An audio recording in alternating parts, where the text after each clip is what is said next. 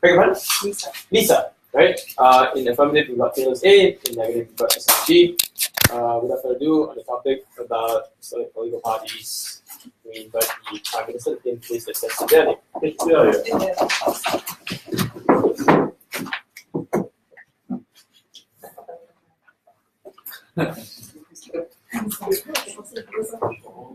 All this light is shining in my face. You want to turn it away? I don't know how they told me if I turn it away, all the people see my face. Doesn't matter. Just turn it off. If it affects you, turn it off. The button is button. No. Just unplug Oh, it. okay. You want to open the windows? Oh, the curtain. Does it help? It doesn't. No. Yeah, it's fine actually. Fine. Yeah, we'll do whatever it is.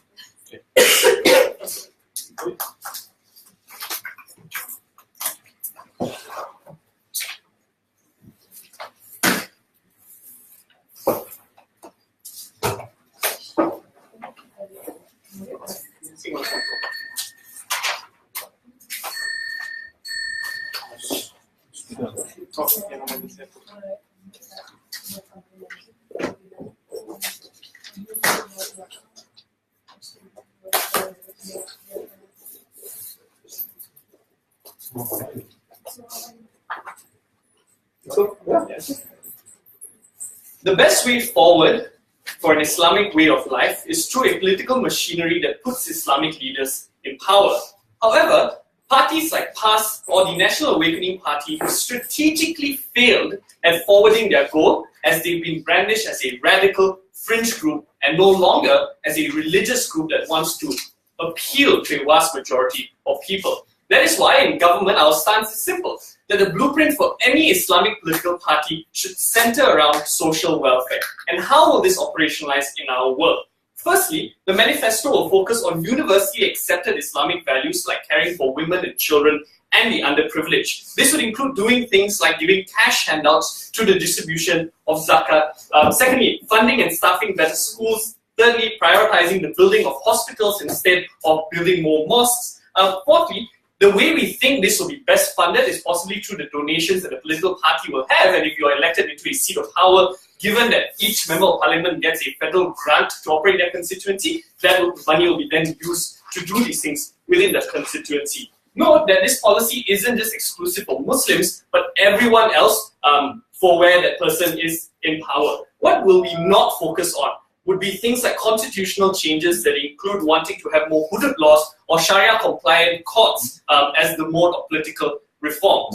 Note that because this debate is an active debate, it must be assessed on the interests of these parties. We think there are four very simple interests for these parties. Firstly, they want to unlock a voter base that would range possibly from the middle class to the lower class. Secondly, it will be about protecting a religious way of life. Thirdly, accepting Islamic administration like the rejection of interest when you take loans. And finally, it's about winning elections and forming coalitions if you don't, unfortunately, win a seat in power. Now, my speech will explain to you how these Islamic parties succeed better throughout the election cycle, before, during, and after. But Alistair, you have a POI. The stronghold of these Islamic parties oftentimes require them to represent those Islamic views within politics in particular societies. What happens when you alienate those voters?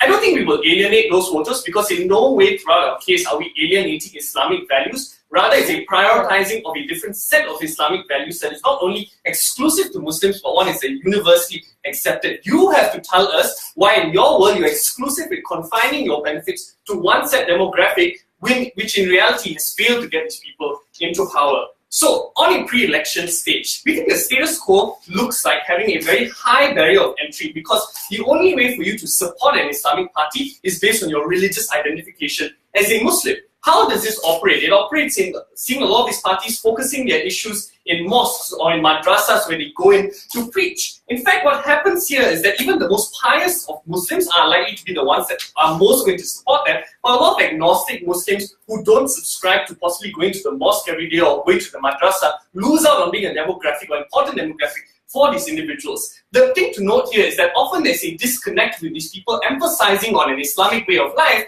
but doing very little to create the circumstances for you to lead the type of life that is Islamic. So how do we then unlock it in our side? Firstly, because your dakwas and your preaching will focus on a manifesto that is less on religion, less on the religious aspects of Islam, but more on a universal identification with the problems that you have, we think firstly, a lot of disenfranchised groups that not only are limited to Muslims, but also non-Muslims are able to understand that here is a political party that is concerned about the fact that I don't have easy access to schools or that I struggle to have ambulances reach to our rural areas, noting that now, given that this is the new focus that is premised for these individuals, it's easier for communities to open up their spaces to let you come in.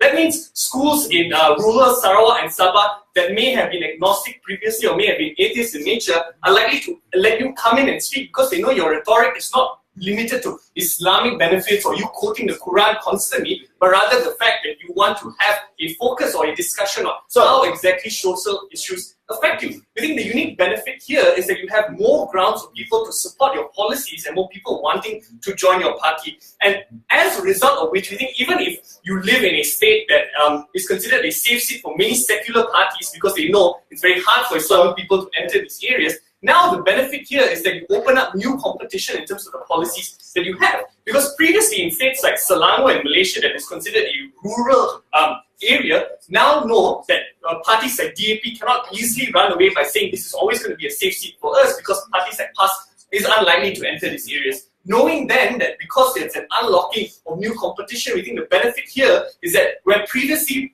Islamic parties couldn't enter strongholds of secular parties, now they get the benefit of entering these areas. What happens then during elections? No, thank you. Firstly, it's harder for secular parties to ride off this rhetoric that Islamic parties are radical and all they want to promote a lot of values that are antithetical to your secular life. Because note that now people commonly can access and can see that their focus is more on social welfare and the reforms that you bring within it, and less on the fact that our Islamic way of life means that you cannot be a part of us or you cannot support our political party. Secondly, even amongst Muslim voters, we think they'll be able to protect their demographic because note that the now increased widespread support amongst non-Muslims also affirm that my way of life is something that is legitimate and valid for these individuals because the fact that they, as a swing voting group, wanting to vote for an Islamic party already shows that our way of life is an important one to be in. But thirdly, I think now these Islamic parties, where previously they would have just quoted lines from the Quran and said this is unquestionable, now allows more people to engage with them because it's an engagement on the social welfare policy and not so much on the Quran. I think this new benefit means a lot more people can look at the Islamic party as an accessible one, and it makes it harder for secular parties to brandish you as a radical group that is not important. Which brings me to a final discussion on what happens post-elections. Two things can happen. Firstly, where these people are likely to win because we've already shown to you that the new building amount of support is increased and that safe states are no longer places secular parties have ownership of, means that when they win and they build a good long-term reputation, having focus on social reform policies, it is likely that their administration and the values they bring within their administration is going to be accepted in the long run. Because comparatively, in the world of opposition where it's constantly focused on political reforms, they are more likely to be isolated even if they occupy seats. But secondly, we think coalition building is better because it's easier for secular parties to say I can work with an Islamic party because we can find a common ground on our universal values and social reforms instead of one where it's political reforms and it's entirely disjunctive from other political parties. This means that our political parties have a higher chance of entering into power even if they don't win an election because more people will want to be in a coalition with them. And insofar as they do win these elections, they can build a reputation primarily on social welfare and that builds acceptance for these groups. This is the best way forward for Islamic parties, not an exclusive one opposition wants to defend.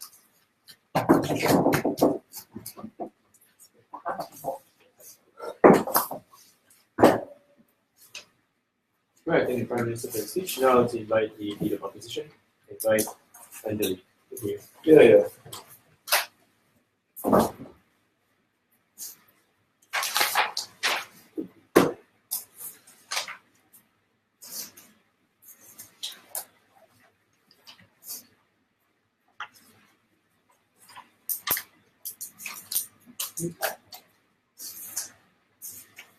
We think the biggest flaw coming from government is the presumption that the entire agenda of a Muslim political party is just getting seats. That is not the be-all and end-all of the aspirations of a Muslim political party, right? We also feel that principally they have an agenda to fulfill and a duty that they owe to their original voter base. And both these things you tend to lose out when you stay away, like when you move away from your Muslim identity and move to a more like secular welfare-based stance, right? So how do we then propose these parties enact their policies and fulfill the identity that they base their power out of, right? First, we want these parties to dig into grassroots, dig into their original conservative Muslim voter base, right? Like get involved with youth more so that they can add on those numbers to their power.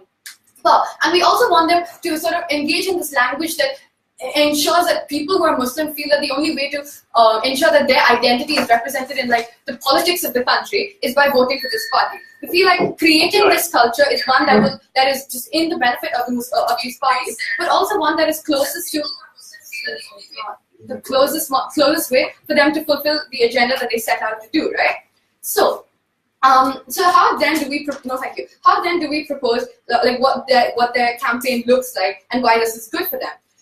We need to recognize at the start, right, that these parties want their religious identity to be represented in constitution, to be represented in the laws that govern the country. Because Islam is political in nature, right? It prescribes a way of life, and that way of life is one that these people want legally enforced. So they want like Sharia law to be integrated in like when it comes to marriage laws, inheritance, divorce, things like that. They want like societies to have rules that ensure that the Muslim way of life is one that is seen. So like rules banning like public drinking or other things that are considered immoral.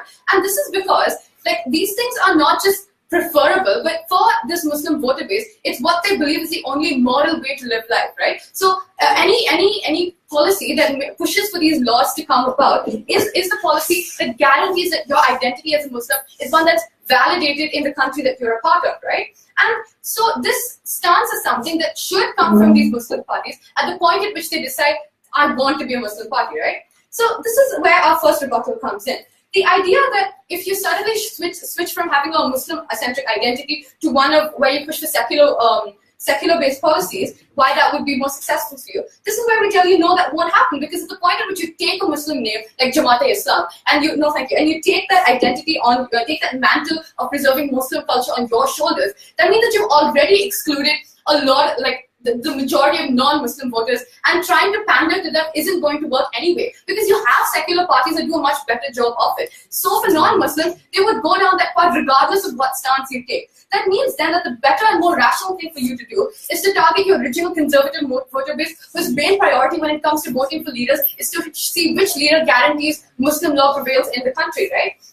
And those are the people you tend to lose out on when you shift from a Muslim-based stance to secular stance. So on your side, right, you not only fail to attract these non-Muslims who you want to do, but also lose out on your original base, which is just like, it's like a loss either ways, right? We feel like our side is just much more successful in ensuring that the voter base they have stays in place, and that those people feel validated, which we feel is the biggest obligation that these parties owe to their voters, because they decided to take on that mantle of representing Muslims in the country. Before I move on, sure.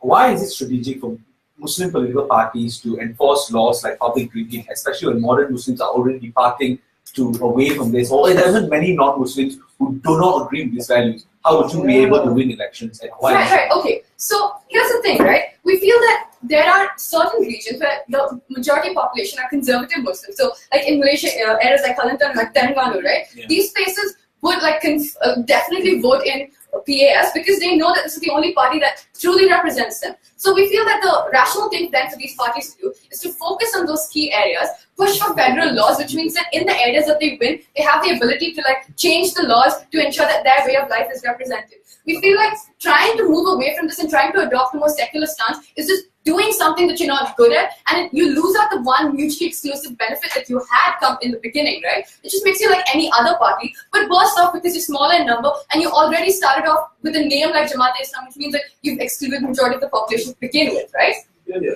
Also, now by like impact-wise, this is just a bad stance to take. We need to remember that the people who vote for parties like PAS are conservative Muslims who want in one way or another to have their religious beliefs like manifest in the form of laws and legislation, right? And like they want the culture around them to recognize their way of life as the moral and correct way of life. The point at which these parties move away from doing that specific task and instead pushing for things like more schools and more healthcare and things like that, their voter base feels like they've been cheated, right? They feel that the people that were supposed to represent them have left them and have left the identity that they were supposed to cement into society. No, thank you. And this means that they're now left dissatisfied without any avenue to sort of allow their religious identity to express politically. This then allows for the rise of like Muslim civil societies or militias that like work outside the government, outside the laws and government, and try to enforce that Muslim identity in ways that are unfair and unconstitutional, right? And I feel like this is just a much worse outcome that would happen on your side, no thank you, at the point at which conservative Muslims feel like parties don't represent them anymore. And therefore, right, we like at the end of the day, we feel like Muslim identity is best practiced when it is through the workings of legislature, because that's just the most peaceful and the most like stable way of ensuring that this voter base is satisfied. And the point at which you lose out on that by shifting away from your Muslim stance to a secular stance is when you you give validation to these militias and to these Muslim civil societies to latch onto that and say, look, your parties don't represent you anymore. We are the ones who like truly create a society based on the habits that ulemas interpreted. And like at that point is when these other non-government bodies are given validation and stature in Muslim societies, right? And that is an outcome that we don't want to have, an outcome that you need to deal with. So at the end of the day, right, we feel that these Muslim parties have taken the mantle of representing Muslim society and like molding society in a way that best represents the values they stand for. This is the true agenda of these parties, and not only principally, but also practically in terms of how they would secure the voter base that they already had. This is the best way for them to operate going forward. All right, I think that we go opposition for that speech. Now to continue government, I invite the two prime ministers. He also got 1 year on, bro.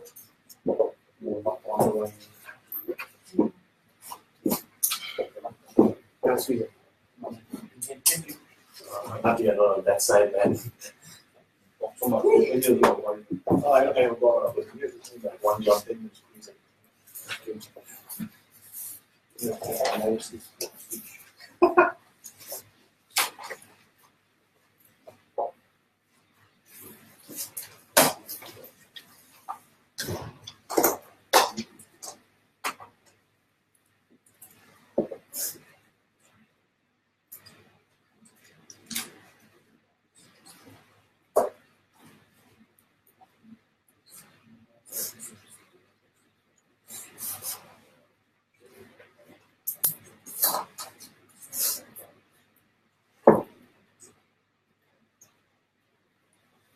Side opposition wanted to maintain the loyalty of a certain voter demographic without actually telling us why this voter demographic is beneficial to them. They did not explain why keeping this voter demographic would mean that they would be able to win elections and thus pass all the policies that they wanted to bring. In my speech, I will tell you why the ability for us to form strategic alliances and coalitions will improve a lot better. I will continue to elaborate on what David already explained to you, but also why there will be a restructure in the way that certain Islamic political parties would pass on political reforms if they choose to do so in the future, and why that these political reforms will be a lot better accepted then. But before that, just one issue in response. Because their main contention is that these Islamic political parties would lose their ability to encourage an Islamic way of life the moment that they lose a Muslim voter base. The first response to this is that it is a spectacularly huge exaggeration. Firstly, our policy does not take away the Islamic principles that they follow, because they've explained to you that social welfare in and of itself is often promoted with a very Islamic angle. The fact that they also support things like zakat, and they also say that you must be able to reach out to people that do not share the light of Allah or cannot benefit from them. I think that is when people still believe that social welfare is still in the name of Islam. But secondly, a lot of Muslim voters just want an Islamic government in party and in rule that can pass on all their policies. What this means is, I don't think they would care less about what their policies that they pass, but more about whether or not a Muslim party can actually get into power. And the moment that our Muslim political party shows a greater ability to tap into a larger voter demographic and is more popular, that's when people are more likely to vote for you if you actually have a stand, if you actually have a good chance of winning. But the last thing is, like, Muslim voters also benefit from social welfare, especially when they are poor from the middle income. If they realize that they will also get more cash handouts, if they can have access to a lot of public services, I think also a very logical and rational Muslim voter would still choose to vote for you if they realize that you benefit from it also. But another response to this is that this is something that Max also pointed out. Take a seat. Max explained that many Muslims no longer support very radical takes on the Quran, and the people that we may lose out on are a handful of very people who may be a lot who are a bit more traditional and a bit more radical. What is the benefit of these voter demographic anyway? I think they are very small, and they're the kind of people that if you were able to reach onto them, you will not be able to win any election if you focus your attentions on these groups of people. But the last response to this issue is that note that they don't explain how they would be able to pass any of their policies under their will. Because what they explain to you, that the moment you can unlock many voter demographics, the moment that you're allowed to form coalitions, means that any policy, be it political reform or any social welfare mechanism that you want to impose, would be a lot better passed in a world where you have support from the public, but also support from other parties that you may join coalitions from. Second issue, this idea about military militias. They didn't really talk about it. I thought it was a bit weird. Like, I don't know why they would form military militias. I think there's a couple of reasons why people will not support military militias. Like, in the moment they are radical and they start to kill people, it's very hard for these militias to find support. So I don't know why they would form under their will. My argument, why is it reforming of strategic alliances and coalitions a lot better? I think the first thing is that we have to tell you that it's important to have these coalitions, especially for an Islamic political party that has to compete with probably more moderate or more secular political parties. You have to, I think, firstly, you need the largest number of seats in parliament in order to pass laws. Like, historically, the most successful wins in any elections are when coalitions are formed and they fill the majority of parliament. Like in Malaysia, this happened with Pakatan Harapan. In Italy, this happens with the League. But secondly, if you're in part of a coalition, you take a seat, you unlock demographics that different smaller parties have reserved for themselves. And the moment that you join a coalition, you also get support from other voter bases that other political parties had or reached onto or were able to get the most support from. All these things help you win elections, but also allows you to have a more successful political journey in which you can pass more laws and people can see that you are actually showing tangible change. Why are more coalitions more likely to be formed with Islamic, in a world where Islamic political parties choose to focus on social welfare? The first thing is, it is less of a political shift for other non-religious political parties to decide to ally with you. In status quo, under their will, it is not a strategic move to ally with an Islamic political party. Why do I say so? Firstly, most of their agendas are heavily secular, like most of the non-Islamic political parties are heavily secular in nature, in which they focus, most of their policies do not discriminate based on their race or other things like religion. I think joining an Islamic party with like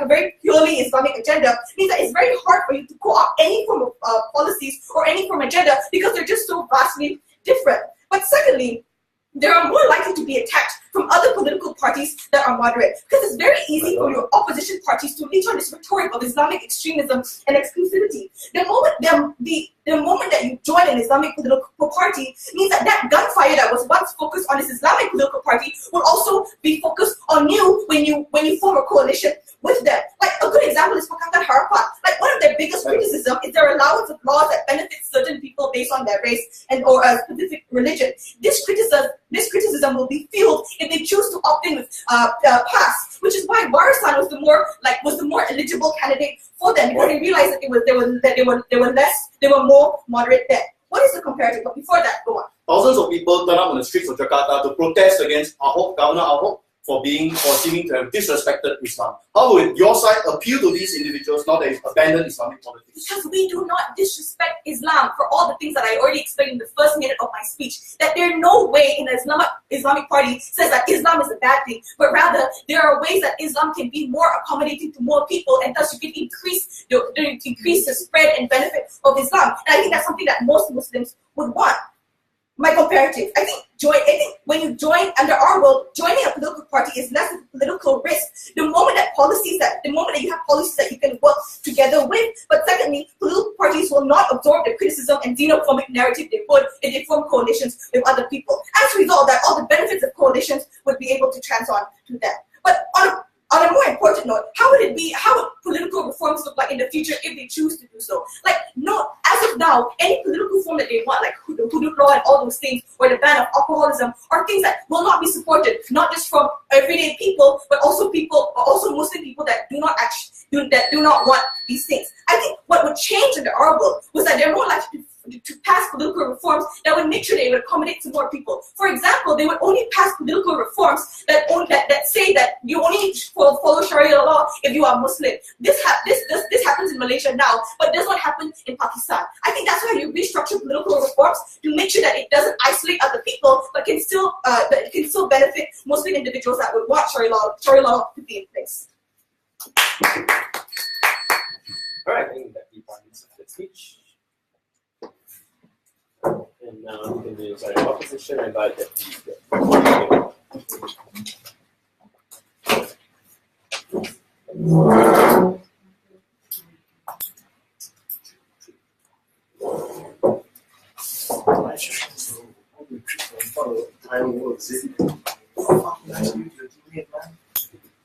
if you can't read the paper, you can open the paper. Oh no, it's fine, I can read that.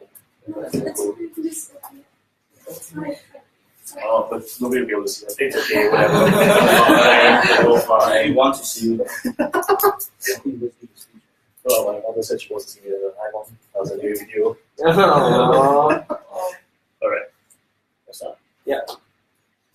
It would be a pretty depressing world if all political parties cared about was increasing their hold on power. Because in the end, even if Islamic parties do get into power on their side, their ability to enact policies that they wanted to follow on through from the very beginning, created a party out of, becomes extremely limited. A lot of those policies do involve ensuring like Sharia laws hold in society is increased to a greater extent, ensuring that you can form some sort of like Muslim police that can police like any sort of like crimes against Islam that are issued based on fatwas. We think that a lot of these things do have a place in society because there's a large section of people who can only achieve self-determination if the political system does represent them. We think that in the end, parties that claim to be Islamic do have a responsibility to them. What Prop is pushing for is the very destruction of that very identity, because their success becomes entirely contingent on breaking away from the very reason they were formed. Why is that identity so important, and why is it so necessary to preserve it? We gave you two reasons. One, because we broke faith with the very people whom we claim to represent to begin with. In many ways, these parties have become the only way that conservative Muslims can represent themselves in the democratic process and actually determine the way in which they are governed. We think that in claiming to represent that voter base, you created a responsibility to them. You named yourself like some sort of like savior to those people. All of these years, you've gained political traction because of those people. You have an identity with which you can differentiate yourself in the political system because you claim to represent those people. Anjali talked to you about the second reason why identity is so important as a differentiator, and Kat was very, very unresponsive to this. Anjali provided you an idea of why at the point at which you start being seen as more and more socialist, for example, you are likely to be seen as no different from any other socialist party that is pushing for more and more social policies. But more importantly, that differentiator works negatively against you because you're trying to pander to a voter base that already sees you as representing some sort of like other, like some sort of Islamic extremism, that you've created a reputation over the years that prevents you from ever beating out another socialist party to begin with. But moreover, we think that that differentiator in identity is precisely what will lead to even moderate Muslims thinking, yes, if we do enact, if we do elect these people into power, there's a likelihood that some of the things that we want, including a lot of the social policies, are going to be seen as implemented in an Islamic way, the way that we want social policies to come about. we think that it becomes much harder for you to do that when you're constantly competing against a wider social ideology that is likely to put like socialist parties who pander to like more people, like something that's considered like more egalitarian based on some sort of like consensus that the world has. We think that it's much harder for you to be a party that is considered pandering to a wider base in that case as well. We think that distinct identity is important. I'll take you next. So I can see a good reason why they will win in areas where there's already like a religious enclave or religious community. But how will they win beyond that?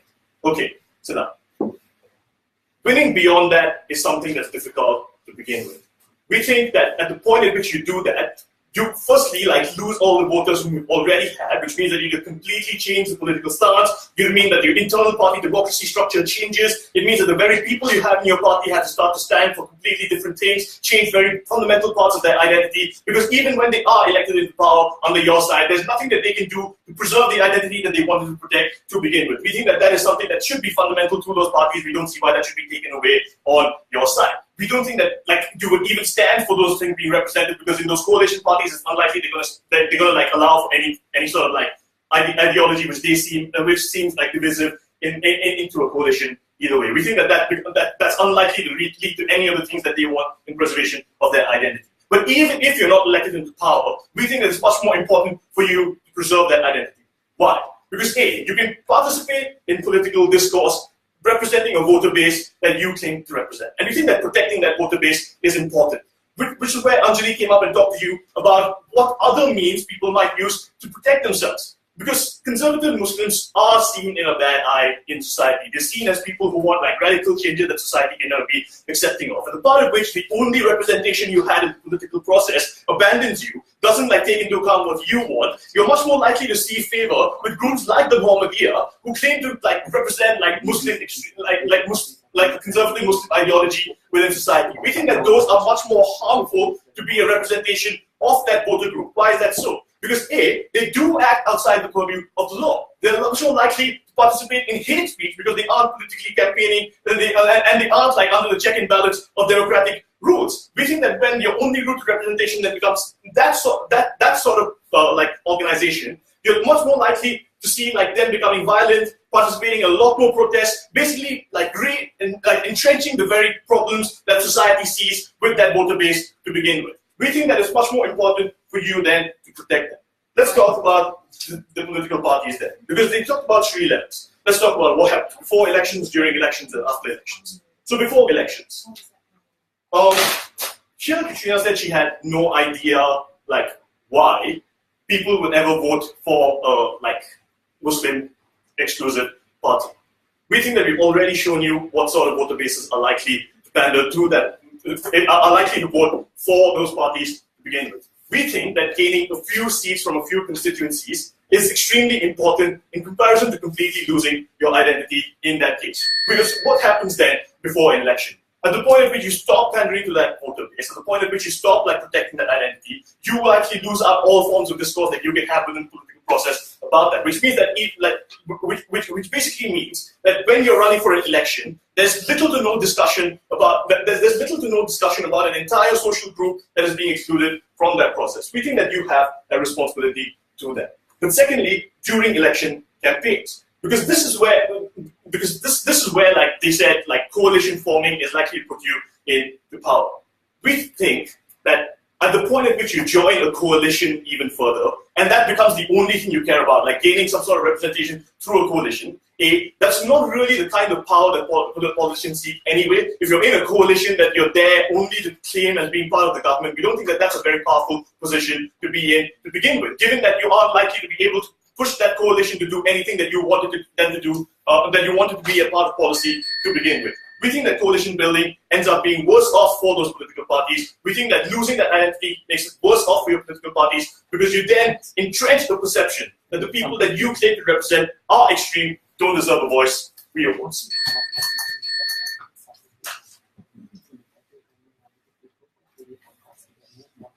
All right, I think the deputy leader of the speech. Now invite the. I got it.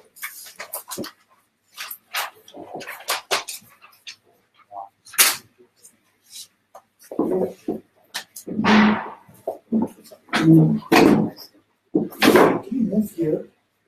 Stop there. I can see now. Correct. Oh shit. Yeah. Actually, no.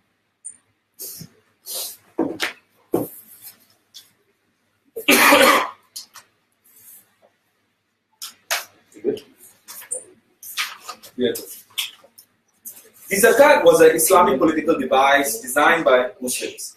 It is okay. Before I begin, can I just say, I have ADB, so if you guys talk, it will affect me. If you guys need to begin VOI, just stand up. I'll take. Okay. Wait. So let's restart. Yeah. Sorry, I'll use the same words. The zakat was initially a Islamic political device designed for the common. In fact, it was in its first use in Medina. The zakat's use was even given to a lot of non-Muslims and poor communities. There's a long list of hadiths that talks about that from the Prophet Muhammad himself. That talks about the treatment of non-followers, the kafirs, and how they are equally created and they're misguided. They are not entirely wrong. Islamic administration was not meant to be exclusive, but it's unfortunate throughout many different democracies and many different political parties that have gone on to be dangerously exclusive. And that's what we want to change on the government bench. What did we address to you? We told you there are two struggles. There are struggles before they get into power. There are struggles to hold on to power. I think these are two issues in today's debate. The first issue is, will they be able to gain more votes or lose more voters as a result of this reassociation?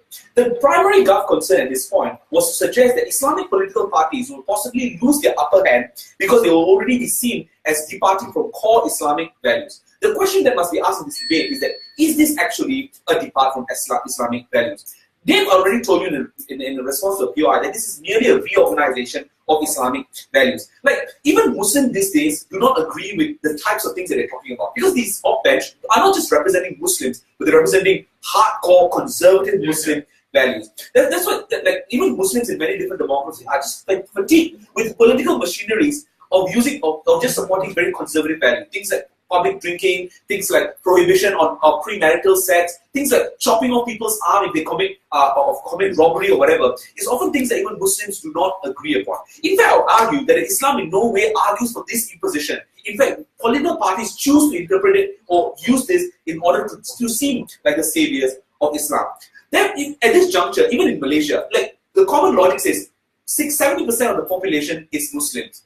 PAS is a Muslim party, and PAS should be the most popular Muslim government, right? But it isn't, because that's how people internalize Muslim values at this point. People question, and there's a lot of debates about whether or not these hudud laws should be interpreted. Can there be a more reasonable Muslim way of governance? At this point, I'm able to prove that promoting conservative values, A, not strategic, but B, unpopular even among Muslims itself. Let's not even talk about the non-Muslims in this debate. A lot of non-Muslims, like Dave suggested, are swing voters, people who are capable of swinging certain election into your favor. The status quo right now is a lot of these states, a lot of these communities, A, are not even engaged by these secular political parties, because they see that these are obviously safe states. A lot of non-Muslim voters or communities do not vote for Muslim parties because they feel like none of their concerns or their dying concerns is represented by them at no point at all. Now, how do we change that? We think that we are able to get more vote because A, we are able to get entry into those communities and talk to them about this issue. This also includes political manifestos that is designed to help them. Secondly, a lot of non-Muslims would be more trusting of a Muslim party that is willing to help them rather than a non-secular party that has always abandoned their concerns. So then the next question in this debate is, will you lose existing Muslim votes? This is quite controversial. For a conservative Muslim voter in status quo, your only opportunity to vote if you're in Malaysia is PAS. If you're in parts of Indonesia or parts of Pakistan is the JI. Very often, a lot of these individuals rather vote for the party they know rather than a party that they don't know. These guys will just suddenly jump ship and vote for DAP, who are predominantly Chinese. They will not do that.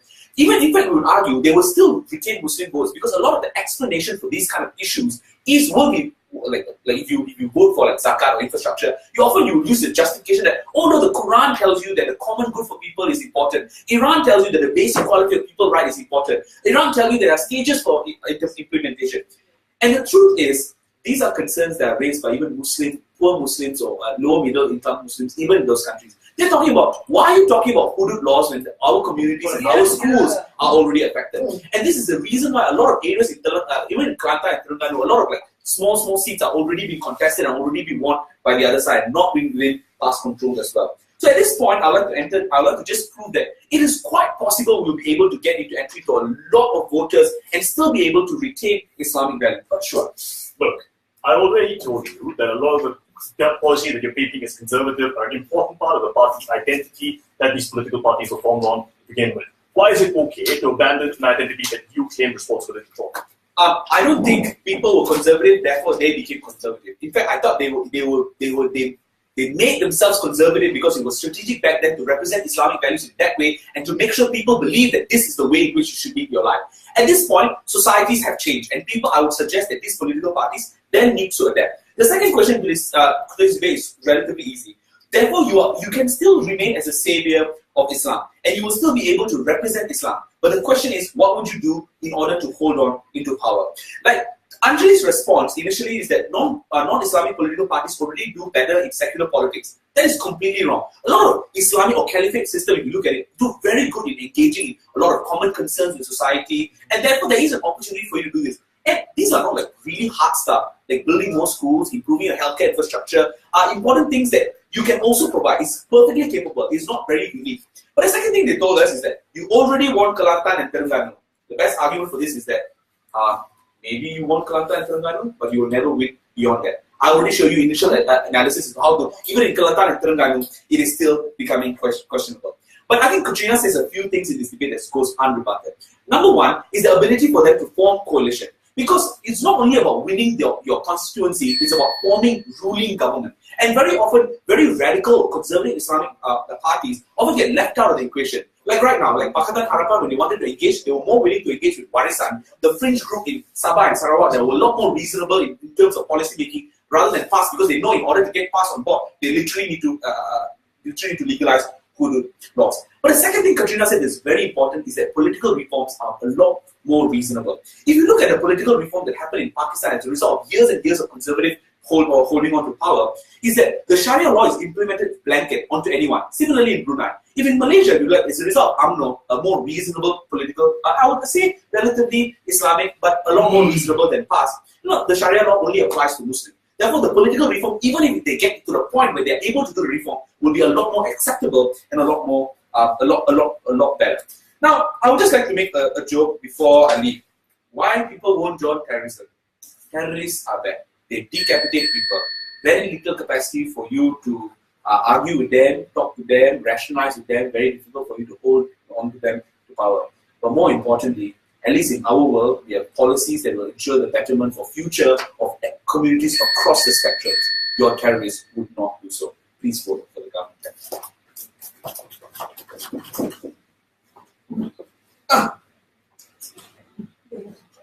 I cannot lose for 2 minutes.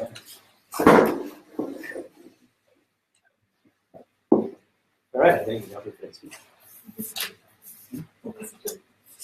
This is good. This is correct. Use the extra notes. Okay, we have that topic.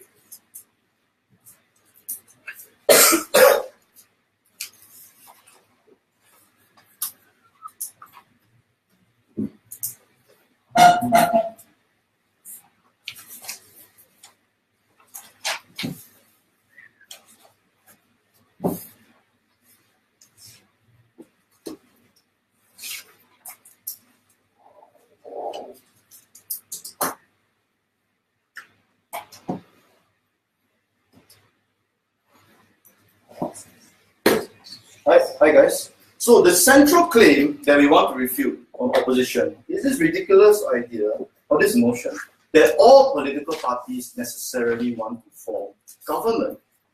Look, we understand that Islamic political parties are very special beasts. They are not like your mainstream political parties, like your Pakatan Harapan, like your Barisan Nasional, for example. You want to reach across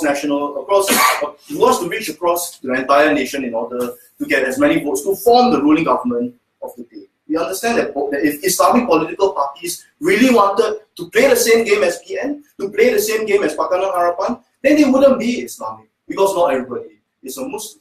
If the reason for their existence was to form the government in the very first place, then all the reforms on government that government proposed today would have been done so a long time ago. On opposition, we argue that for the very specific reason that they are Islamic, that they represent Islamic worldviews, that they represent specific demographics in these countries, that they need to continue to do so in order for them to remain relevant, in order for them to continue to exist in the very first place in society. Two questions I want to answer today. Firstly, how do we win votes where it matters? And secondly, how do we remain relevant in society? On the first question, how do we win votes where it matters? The first thing that I want to deal with is who exactly is our voter base, right? A recurring criticism from government is that these Islamic parties are not doing well because PAS is not the government of Malaysia and the Muhammadiyahs haven't fully infiltrated into the government of Indonesia. But we argue that there are state elections, that there are regional elections, that there are regional governments in which you still see immense power held by these Islamic parties, right? Where specifically have Islamists been doing well, right? Extending from the characterization already given to you by Anjali in the opening moments of her speech. In North Sumatra, right, a General Edi Ramayadi is backed by a political party known as Al Jamayatul Rasliyah, right? This shows that even in regional parts of Indonesia, such as North Sumatra, for example, you do have a grassroots support for Islamic political parties, and even beyond that, like even politicians who use Islamic symbols in their campaigns, who proclaim to be like the people who represent Islam in government, right? That is why you see all over Indonesia, in every single election campaign poster, all the guys are wearing songkok, right? There's a particular reason why they continue to want to represent Islam, because these conservative voters are still alive and are well. But beyond that, let's play them on their home turf, right? In Malaysia, we look at a movement away from Barisan Nasional towards not just Pakatan Harapan, who didn't win more than 50% of the votes and who didn't win more than 50% of the popular vote in Malaysia actually, but also because there was movement away from Barisan Nasional to PAS in states like Terengganu and Kelantan, where it really matters for them, right? Where the majority of the conservative religious political base rests at. To this day, because of the election, PAS managed to win 18 parliamentary seats and form 2 state governments. That is like the furthest away from the dire straits that a government will have you believe that is the reason why these Islamic political parties should abandon the political base in the very first place. We will agree to the extent that if these political parties are on the verge of losing all forms of power within local elections, then yes, perhaps then the age of Islamic political parties is well and truly over. But it is not, right? And there are still people who will vote for them and who want to be represented by a man wearing a songkok, a man who claims to be a ustaz in his spare time, right? Look, but anyway, right? So we've already explained to you like this, where they are still their stronghold, who are their voters, and so on. The response of government, right, was that religious voters are already less radical, right? They don't want hudud law and all that stuff. But they never really quite explain what it means for this change in demographic or the change in attitudes of these religious voters. And this is very important given the status quo that we are dealing with. Right? Perhaps if you tell us, right, that you have more and more youth voters, you tell us that that more youth voters are perhaps bringing in liberal attitudes towards places like Terengganu and Kelantan, then perhaps you're willing to believe that there is a need for a change in the political stance that they take, right, in terms of moving away from conservatism. But they don't, right? But they don't explain. But even if you accept that there is some sort of change in terms of tolerance in terms of tolerance levels, right? We argue why at the very heart of these Islamic parties is the representation of Islamic political reform, not necessarily in the form of hudud law, not necessarily in the form of chopping off hands, as Max will cleverly assert to you in his week's speech, right? But in the enforceability of Sharia law, in terms of Sharia courts, in terms of the influence that Islamic politicians have within regional governments, even in terms of establishing the very laws of public morality and liquor lockout laws, for example, things that everyone in this room will not be on board with. But these are things that are very close to the hearts of these voters, which is the very reason why they want Islamic political parties. It's the very reason why you even have these political parties formed in the very first place. But where do we win this point, right? Avinash told you in his speech that in many ways these Islamic political parties owe a duty to these individuals within these communities to represent the political voice of their religion, right? We think that they didn't really respond enough to this particular point, right? But and they didn't respond enough to this point, especially when we drove home this idea that without these political parties, there are hardly any other legitimate means to represent the political aspirations of these people. And it's very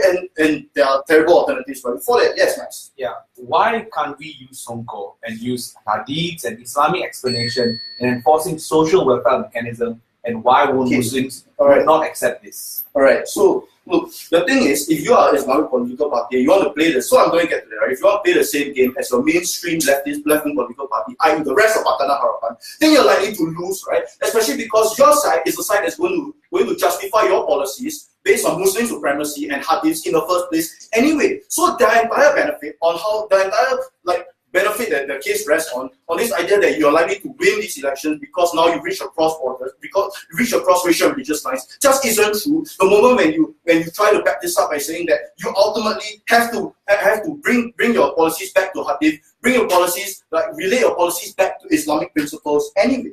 Look, at the end of this debate, right, we also told you why there are other insidious forces in society, like the Muhammadiyah group in Indonesia, like your who are the other guys? Okay, like these other civil society groups, right? They turn out in droves to campaign for the removal of a legitimately elected governor. That these individuals are not likely to go away in the event that your Islamic political parties abandon their original Islam, and they abandon any aspirations to reform the country politically. For the side that's more realistic, for the side that really plays within the political realities and extends the survival of these Islamic political parties, vote for opposition.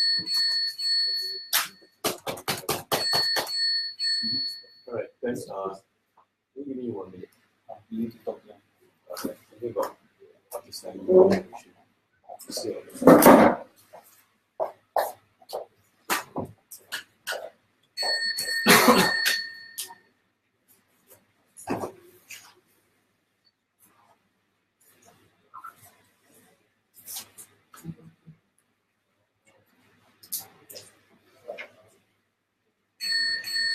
The matcha.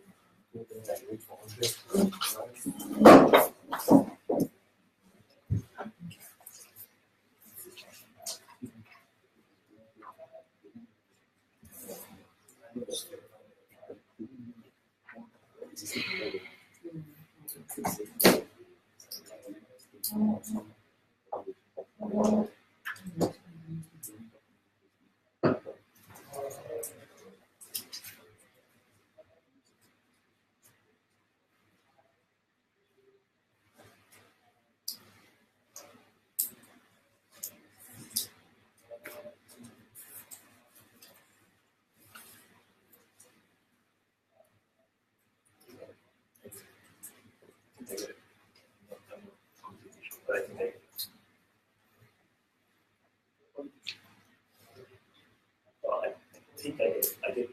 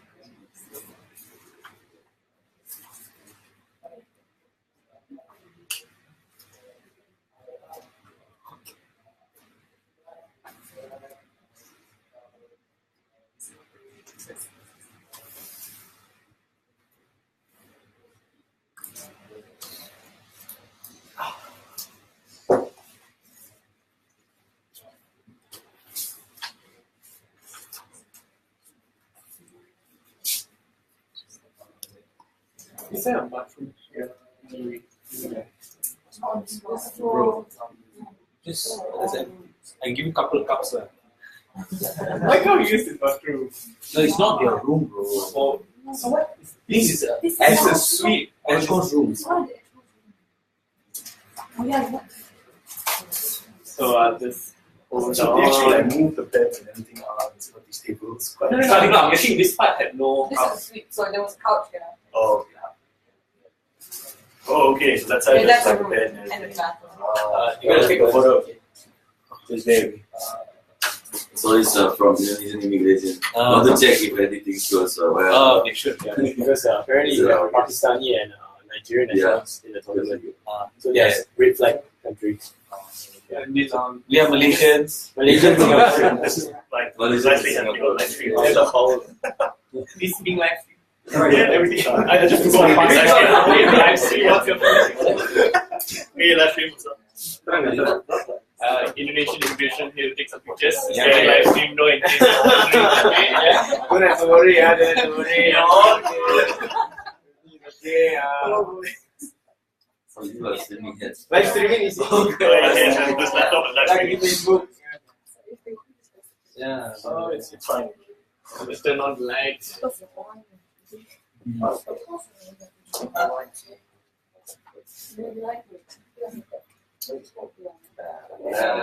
There we go, nice pictures. There you go. Oh, okay. Okay, thank you. Thank you very much. Sorry, Sorry, what's up?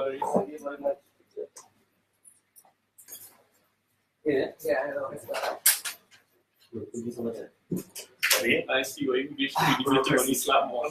I know, right? Example Muhammadiyah. Let's go. Oh boy. I'll talk about that again. Alright. Okay, come on, let's go. Proposition seems to think that all politicians want is some sort of power trip. Like simply the feeling of being in power, not much more. Our contention was that just beyond gaining power, there are things that are very fundamental to the raison d'etre of parties. The preservation of the ideology and demographic that you as a party stand for. Being capable and of creating and passing and creating discourse on policy that best protects them. Will the people we want to protect be better or worse as a result of our actions? On these three clashes. 1. How do we have political discourse about the things that we want?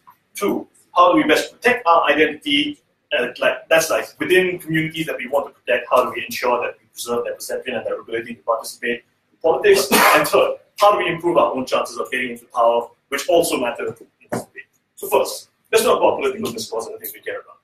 We talked to you about something very specifically accountable within the political process. At the point at which something is part of the political process and has discourse surrounding it, people hold that process accountable as something that is being discussed actively within political communities that might be actually able to enact change. This is something important that they never really dealt with on their side, because we showed you how preserving policies that your voter base cares about, like implementing more Sharia courts, like implementing more laws against drinking in public. We think that standing for these things very fundamentally was important, because you were able to, at the very least, have a discussion in an accountable space about those policies and whether or not they should be a part of our society.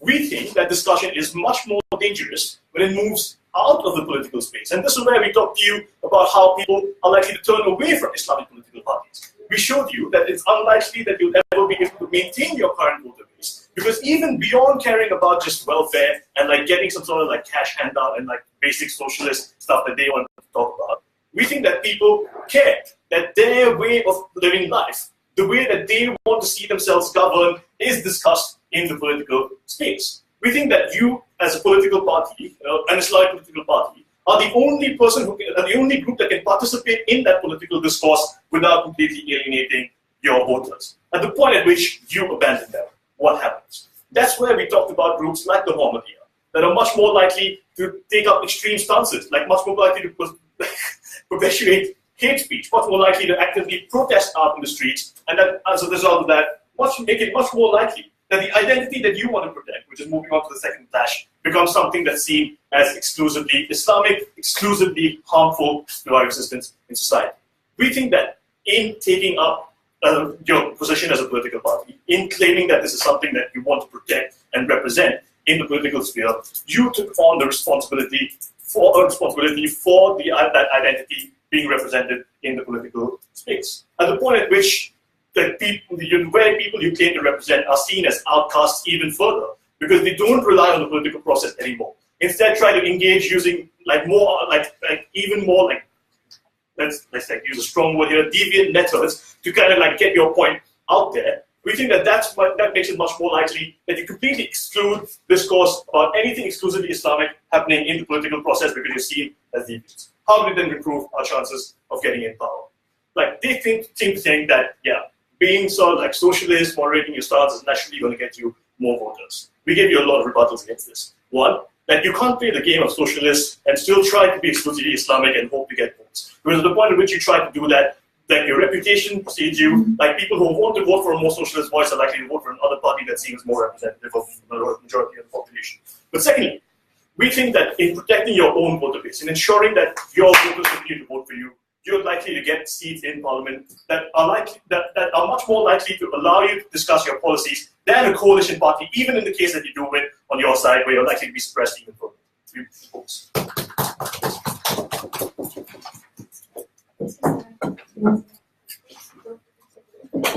I did.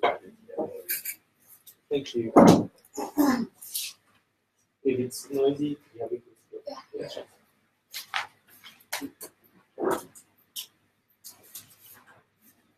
The weirdest thing I've learned thus far is that a political party does not care about power. We only want to care about a small, fringe, conservative group of individuals. In this reply speech, I'm going to prove two things. Firstly, why it was very unstrategic for opposition to only care about a low-hanging fruit, that being the conservative Muslim population amongst the larger group of Muslims. And secondly, while on our side, political parties are better able to achieve an Islamic administration because they have greater access to power given their new focus on social reforms. So firstly, on the case of opposition, we said that maybe at one point it was important for you to emphasize only hardcore conservative values like the full traditional sense of hudud laws or religious policing. But we said that, and then they said, we haven't proved to you why the Muslim population is changing. Across three speeches, we constantly said that given that a lot of these individuals have access to media and traveling to cities and are socializing with different demographics, and this is evidenced by the fact that within Islam itself, you have a spectrum of Muslims. You have very liberal Muslims, very moderate Muslims, and some very conservative Muslims. I don't understand why, if their priority is protection of identity, why that protection is exclusive to only one group of Muslims and not to every group of Muslims. Because not even amongst the most conservatives, there exists a disconnect. Because you saying you want hudud law, you want to ban alcohol in the public, isn't an answer for the everyday issues that they face on a daily life. The fact that as a Muslim, I still struggle to have access to social welfare or good schools, you wanting to prioritize all these things doesn't change the way I live my life. It just makes me want to support you less. So now you have a shrinking political group on your side.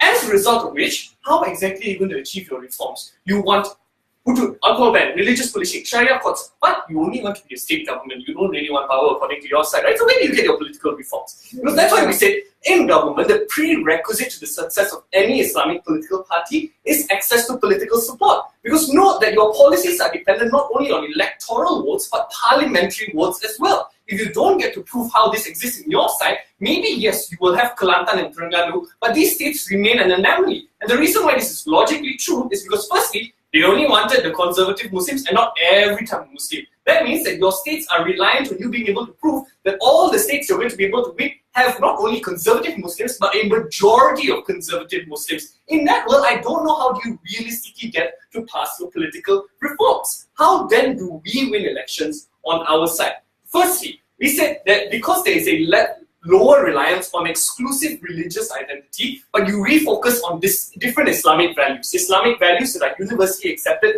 and don't already carry the reputation of being extremist or being fundamentalist. This means that your lower barrier of entry converts into you being able to build political support in a much easier way. Because now the discussions, according to his reply speech, happens not on the Quran being an unquestionable source, but on your policy changes that you have now said comes in the form of social reforms. This means it's easier, firstly, for people to be able to accommodate a larger number of Muslims, not just conservative Muslims, so you do get the benefit as a political party to co-opt more liberal and moderate Muslims who previously in your world lost out. But secondly, it's easier for you to challenge secular safe seats because now the secular parties find it harder for you to call you an extremist group and put you in that bad reputation because it's easier for them to engage on your social reforms policies that we think takes away a lot of the negative reputation and opposition claims to be a harm that they need to defend in their world. At the end, if you have the ability to build coalitions, because no Parti Harapan in Malaysia is a more moderate version as compared to past, the fact that they get to occupy federal seats means it's easier for you to grant funding. It's easier for you to build parliamentary support to pass laws that are consistent with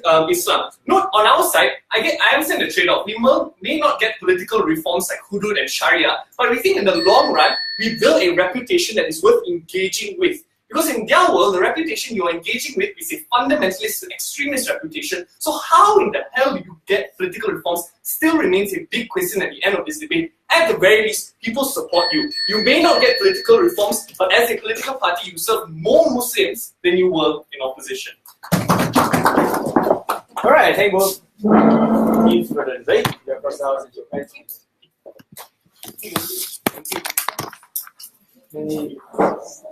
Find a way to get you out of this room. Sorry. Oh, tanda. How long do you need?